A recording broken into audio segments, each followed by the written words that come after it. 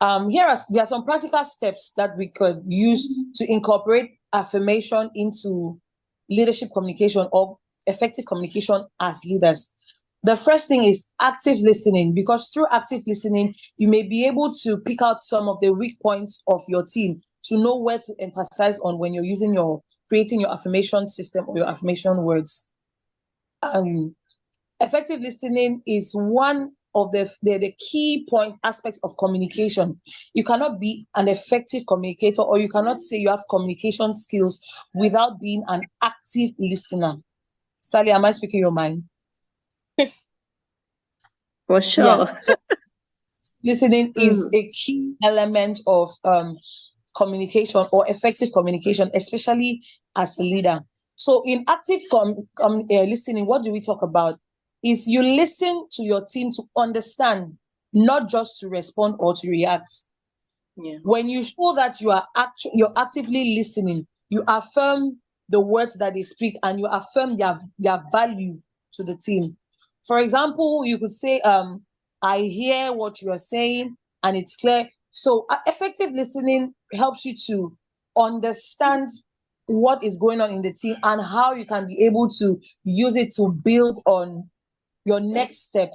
So, for example, I was working with my team some months back. We had a project to run in the school. And I'm telling you, because we do a lot of educations on campus, and the number of students they told me we were going to be working with, I've never had that number before. And I noticed some of my team members talking at the back. They were like, "Will we do the thing so?" I'm sorry for pidgin. Like, they were like, "Can we handle this task?" And at the moment, I didn't react. I just stayed calm. So in the next meeting that we had, I brought up a sheet of paper and I printed in bold, like, "We can do this. We can do this. We will do this." And I just posted it on the wall where we were having the meeting. And I asked everybody to go and read that sentence 5 times. "We can do this. We will do this. We can do this."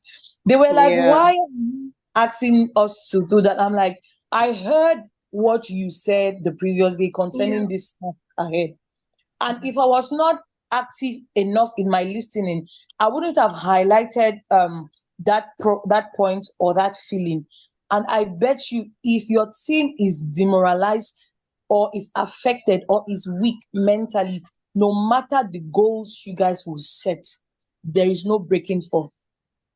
There is no way you're going to break forth. So this was just to show how my effective listening was, I was able to create the right atmosphere. And I'm telling you, at the end of that meeting, I equally printed like individual sheets for them to go and post in their rooms. So each time they get up, they're like, "We can do this, we will do this."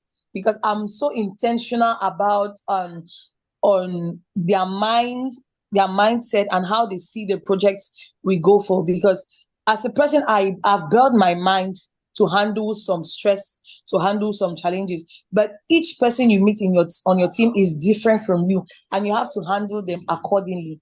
So affirmation is also a way of handling your team or managing your team, because using the right affirmations just it sets the mood, it sets the pace.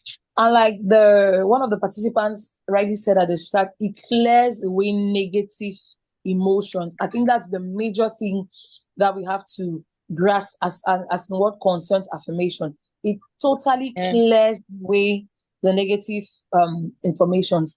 Now, what's the impact of affirmation on team dynamics?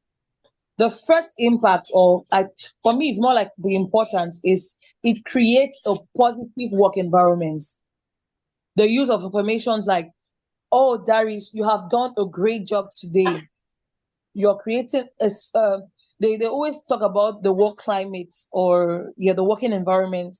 Most times people think it's only about physical remuneration or in cash, but you actually declaring the valuable things that your team is doing or your team members are doing, it creates the perfect atmosphere for continuous growth and continuous learning. And it fosters in their mind that you are not a boss, you are actually in synergy with them, because there is a difference between a leader and a manager.